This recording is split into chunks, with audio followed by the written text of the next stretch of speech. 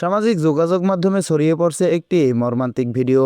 দৌলতদিয়া ফেরিঘাটে 50 জন যাত্রী সহ একটি বাস পানিতে পড়ে গেছে বলে দাবি করা হচ্ছে।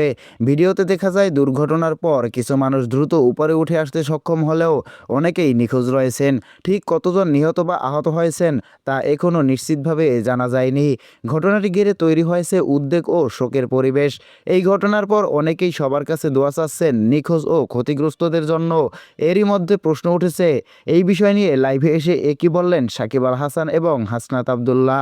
তবে যাচাই করে দেখা যায় তাদের কারোই কোনো অফিসিয়াল লাইভ বা নির্ভরযোগ্য সূত্রে এই নির্দিষ্ট ঘটনায় সরাসরি মন্তব্য করার প্রমাণ পাওয়া যায়নি। একটি সাধারণ প্রতিক্রিয়ায় বলা হয়, এ ধরনের দুর্ঘটনায় দ্রুত উদ্ধার কার্যক্রম জোরদার করা এবং আহতদের চিকিৎসা নিশ্চিত করা সবচেয়ে জরুরি।